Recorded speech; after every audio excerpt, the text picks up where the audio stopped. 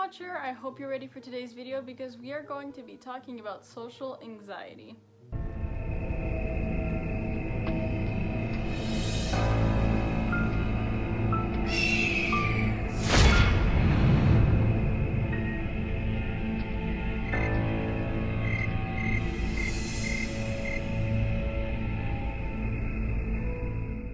Social anxiety disorder, or SAD, or social phobia is a common type of anxiety disorder.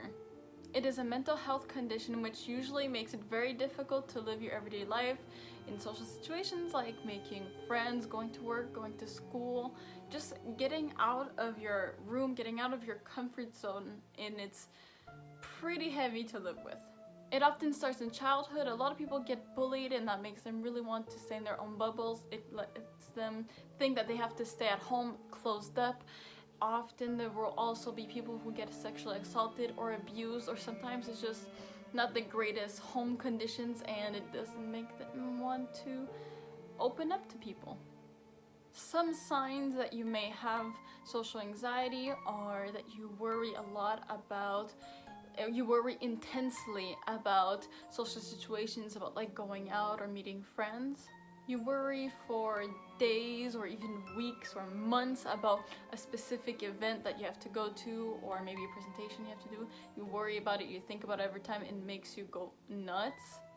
Or else there's also that you avoid being in any social situation that you can, and if you must attend something, you usually try to blend in the background, not to get involved, stay in your bubble as much as possible. You'll also worry a lot that people will notice that you're stressed in public. They'll notice that you're nervous. You worry that people will just notice you in general, and it makes you freak out. Some people also tend to think that they need alcohol to get through social situations. They'll start to drink, which will make them more sociable. Or also you start to skip school or skip work, and because it stresses you way too much.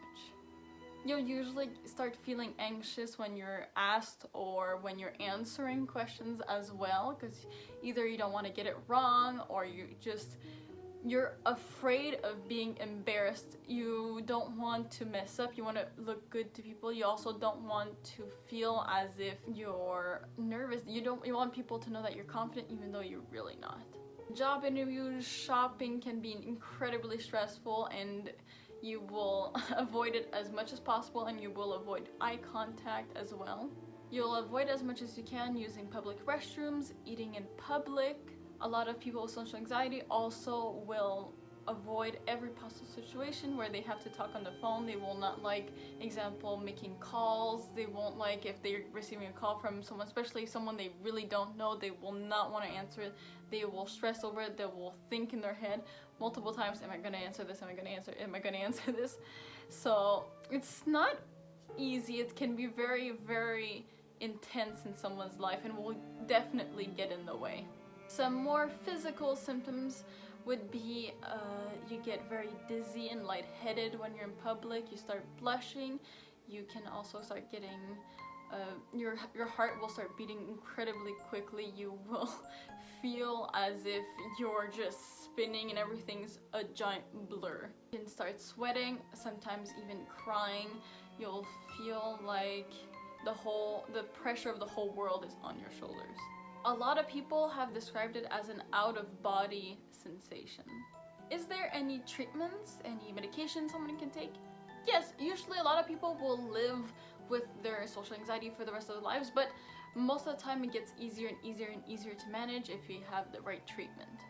The best way, which is also a privilege for a lot of people, is cognitive behavioral therapy, or medications like antidepressants will also help a lot.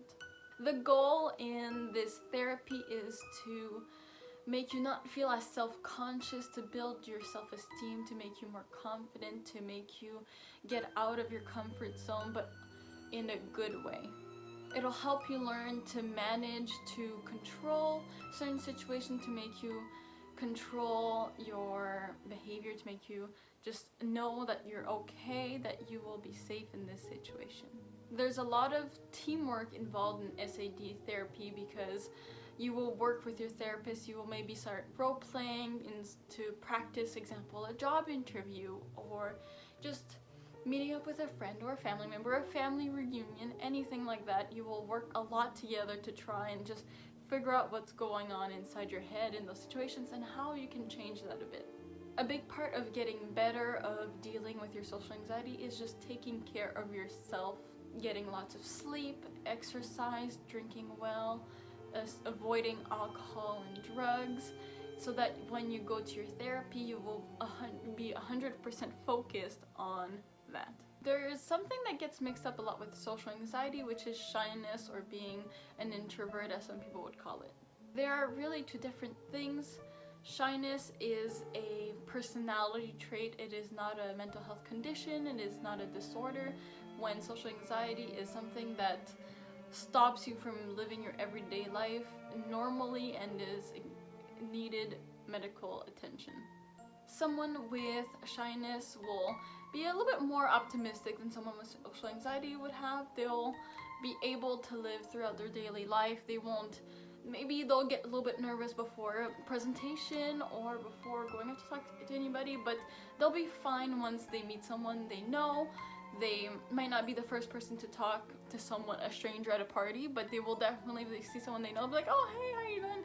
And they'll be fine. But someone with social anxiety, even if they're incredibly close with that person, might still get very, very difficult feelings and saying, do I say hi or not say hi? Oh my god, they're here and there's too many people, and their brain will go all over the place, and it still stops them from actually having a normal conversation. People with social anxiety overanalyze situations all the time. That's what they do. Even if they're the simplest tasks or the simplest things, they'll overanalyze it, which makes it a lot more difficult for them to actually go out. I just want to say, as someone with social anxiety, I can tell you right now, it can develop in many ways. Personally, and I think I've just had a lot of things going on in my life in general. There's a lot of things that could have contributed to it, but don't push someone if you see them that they're incredibly nervous. They might be shaking, they might be biting their nails, they might be biting their lips, there might be, if you see someone like that, most probably I personally don't want that person to come up to me, or if they do, don't say, are you okay? Why are you shaking? Because that's, again, one of the fears, that people notice that you're not feeling well, that you're nervous in this situation, that you don't necessarily want to be there because it's a lot to handle. A lot of people have really good intentions, but sometimes it can just stress out a person even more. So usually if you can go up with someone that looks a bit nervous, even if you notice that they are, just usually don't mention it. Just say, hey, hi, I saw you from far and just want to know, how are you? We're gonna chill. I don't know, offer them, a drink, some water, whatever. It's like, keep it chill. Usually that makes the person feel a little bit better. And not everybody that has social anxiety is shy. Some people with social anxiety can become very extroverted, actually, in some situations where they kind of get used to the situation, they get to know it. They're like, I really don't have to overanalyze it because I know how it's gonna go down. So yeah, that was just, I also wanted to do this video because it also touches my life a little bit, so I thought it would be a good idea to talk about it. A lot of people experience it differently. There's different degrees also of social anxiety. There's a lot that can vary, but there's a lot of things that can help, and there's a lot of people that can help too. So I hope you guys learned a little bit about it, and I really enjoyed making this video. Anyways, please hit that notification bell and subscribe to know when I upload next. You guys can leave some suggestions in the comments, maybe opinions, facts, personal stories, because I'll most likely take them. Don't forget to please leave a like. Thanks, you're so kind. Well, I guess that's it for today. Bye, watcher.